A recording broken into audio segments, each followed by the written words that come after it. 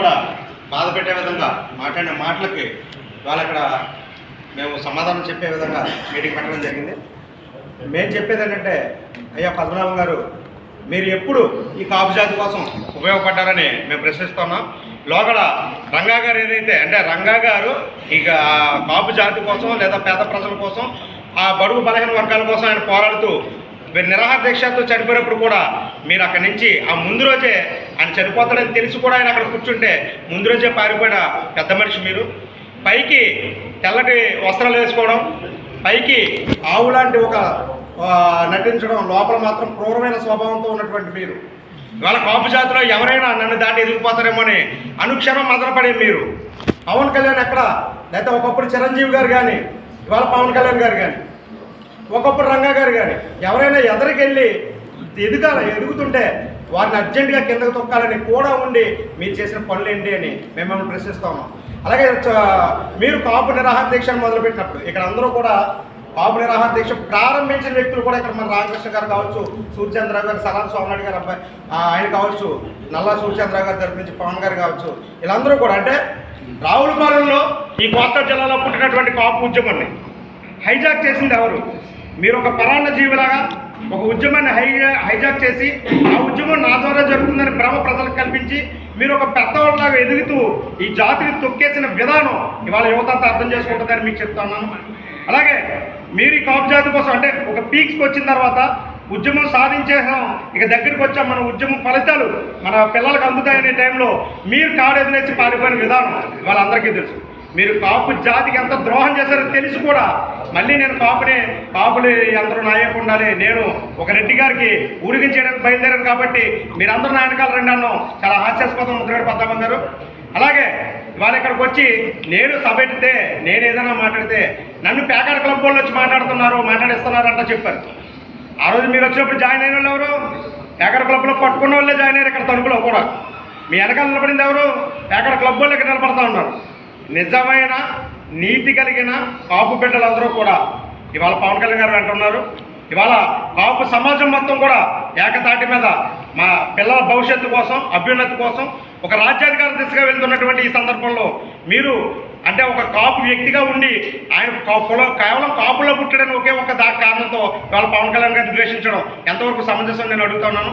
అలాగే లాస్ట్లో లోగడ మీరు నిరాహార దీక్ష చేస్తున్నప్పుడు మిమ్మల్ని పవన్ కళ్యాణ్ చిరంజీవి గారు, దాసనారాయణరావు గారు పరామర్శించడానికి అంటే నిరాహార దీక్ష పీక్ స్టేజ్కి వచ్చిన తర్వాత మిమ్మల్ని పరామర్శించి తద్వారా ఈ కాపు జాతికి మరింత ఉత్సాహాన్ని ఇంకా ఉద్వేగాన్ని ఈ పోరాటాన్ని సాధించే దిశగా వెళ్ళే విధంగా చిరంజీవి గారు, దాసనారాయణరావు గారు హైదరాబాద్ నుంచి వచ్చి రాజమండ్రి ఎయిర్పోర్ట్ దగ్గర దిగ్గానే మీరేం చేశారు?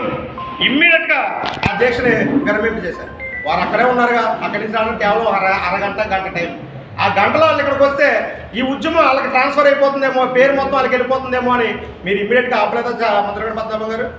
అంటే మీరు కాపు జాతిలో కేవలం మీరు మాత్రం ఉన్నారు. మీ ఉద్దేశం ఏంటంటే నేను ఈ జాతిని ఉపయోగించి సీఎం అయిపోవాలి, అర్జెంటుగా నేను సీఎం అవ్వాలి, లేదా నేను ఎదిగే క్రమంలో ఎవరు ఉండకూడదనే ఒక బుద్ధి మీలో ఉన్న మీ రెండో రకమైన ఆలోచన. అది ప్రజలు అర్థం చేసుకోవాలనుకుంటారు కానీ మీ ఆలోచన ప్రజలు కాపు యువత పూర్తిగా అర్థం చేసుకుంది. మీరే ఎదగాలి, నేనే సీఎం అవ్వాలి. నేను అంటే రంగా గారు చనిపోయినప్పటి నుంచి మీ ప్రయత్నం ఏంటి?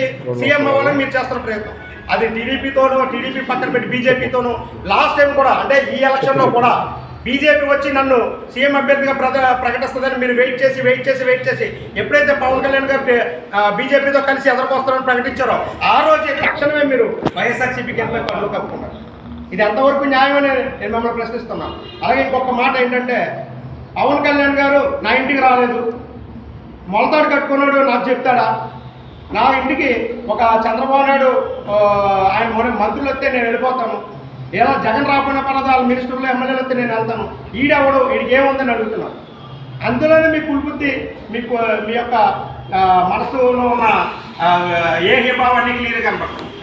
ఎవరైతే చంద్రబాబు నాయుడు రాకపోయినా మీరు వెళ్తా ఉన్నారు, ఎవరైతే జగన్ రాకపోయినా మీరు వెళ్తా ఉన్నారు. పవన్ కళ్యాణ్ గారు మాత్రం మీ ఇంటికి రావాలని కోరుకుంటారు. అని మీ ఉద్దేశం ఏంటో మీ బుద్ధి ఏంటో అక్కడే క్లియర్గా అర్థమవుతుంది. అలాగే మీరు 2019 ఎలక్షన్కి ముందు బెంగళూరులో అనుకుంటా, బహుశా ఇక్కడ ఉన్న పెద్దలందరికీ తెలుసు, ఆ జగన్ గారి ఇంటికి వెళ్ళి ఆ ఇంటి గుమ్మం ముందు అరగంట నుంచోలేదా? ఆయన లోపల నుండి జగన్ గారు మీకు పర్మిషన్ ఇవ్వకుండా సుమారు అరగంట నుంచి గంట వరకు మిమ్మల్ని కూర్చోబెట్టలేదా? ఆయనకు నాకు పర్మిషన్ ఇవ్వట్లేదు, లోపల పిలవట్లేదు అని మీరు అడిగి బయటకు వస్తుంటే జగన్ గారు వచ్చి మీరు కలలేదా?